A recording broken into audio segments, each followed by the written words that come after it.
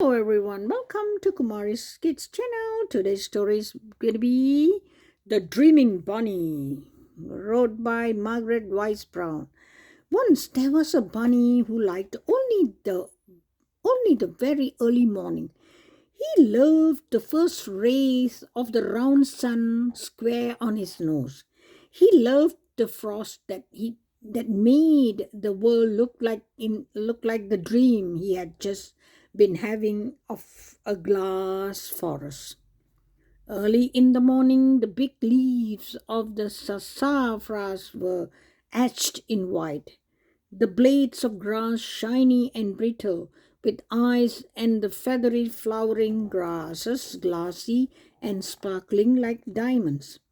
So, in some magic way, the little bunny felt still a part of his dreams in the morning. But later, when the rays of the big round sun fell on the tree tops, and the mother bunnies began calling their babies to help them wash up, then the little bunny would go and hide in the immense folding leaves of a cabbage. He was so little he could sit inside the cabbage and peek out through the immense folding leaves. And because he went on like this, he was called the bunny no good. When the other little bunnies were hopping about doing their work, there was the bunny no good sitting in a cabbage. But do you know? He never missed a thing. He wasn't really sleeping. He was just a dreaming bunny. And his little red ruby eyes blinked out of his square fur face, and they never missed a trick. He saw the spiders spin their webs, and he watched the foolish flies fly onto into them. He saw the mole start down a long hole to go off far down his tunnel and dig under someone's flat green lawn. He saw all their funny little wiggles, the way they twitched their whiskers, the way they kicked sideways and wiggled their noses and thumped the earth with their hind legs when they were startled, and he made a dreamy little song of himself about rabbits.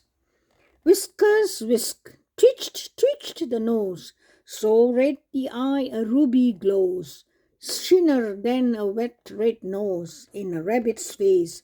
Grow, eat and grow, what for rabbits never know. All this time there was another little rabbit who went hopping about bright as a button, merry as a cricket, fit as a fiddle, busy as a beaver, and nee as a whistle. His name was Bunny Bun Bun, and his big fat mother looked down her soft fur face and said to the other 1100 little rabbits, "Look at the bunny bun bun. If you all want to be bright as a button, merry was a cricket, fit as a fiddle, busy as a beaver, and nee as a whistle. Just do as Bunny Bun Bun does." At this time, the bunny no good was singing and dreaming and blinking away to himself in the immense folding leaves of a cabbage. He watched a flock of wild black crows go flying through the sky, screaming their awful wild crow music. All this was still very early in the morning. Some of the frost had been melted into shiny wet water by the sun. Where the trees cast their shadows, there was a shadow of forest on the ground, a white shadow away from the bushes, and a great spreading feathery shadow for the other trees.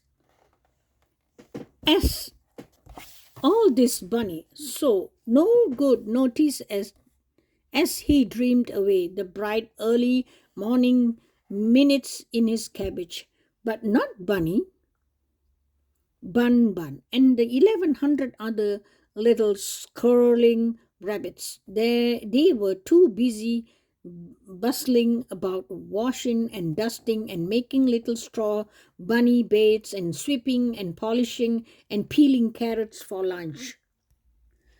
They did not notice the shadow of frost beneath the trees or the crown of crows in the old oak at the edge of the wood. They did not listen to the wild crow music.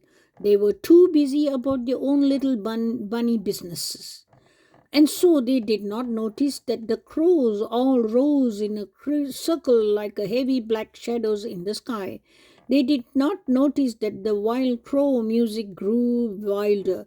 They did not hear the screaming crows, but the bunny no good did. All this he saw and heard as he dreamed in the immense folding leaves of the cabbage. He knew something was happening, and sure enough, there came sneaking through the cornfield a red fox. The crows saw him, and the bunny no good saw the crows. Should he get down out of this cabbage and thumb his hind legs on the ground to warn the other 1100 little bunnies? No, not yet. It was still early in the morning. He made a song to himself about crows. Crows, crows, old black crows, nobody knows where the red fox goes. Nobody knows but the wild black crows. The crows circled black across the sky, leaving the tree tops empty. The red fox came creeping through, one paw lifted and another paw down, sniffing the cold, moist air, delicately stiffing the breeze on which he could smell 1100 warm little rabbits. This was no dream. The bunny no good jumped out of his cabbage. He hanged he banged his hind legs thumb on the ground thumb. Then he ran like a vessel to the other 1100 little bunnies, and they were all dove head first into their holes in the ground where they were safe. So they all head first into their holes in the ground where they were safe. The fox came sniffing along, and he saw nothing but 1100 little rabbit tracks and little holes in the ground. So he went away, and pretty soon Bunny Bun poked his head out and saw that the fox was gone, and 11 his scent had blown away across the land after him. So he told the others, and 1100 little bunnies' heads popped out of the holes, and soon they were all hopping about as usual. Someone saved our lives, squeaked the 1100 little rabbits. Bravo, called Bunny Bun. Caw, caw, caw, screeched the crows. But the bunny, no good, had gone back to his cabbage. His little eyes blinked dreamingly and his square fur face, and there he sat dreaming away in the immense folding leaves of the cabbage. It was still very early in the morning. Okay, that's the end of the Dreaming Bunny. I will see you guys in the next storytelling. Take care and enjoy your Easter.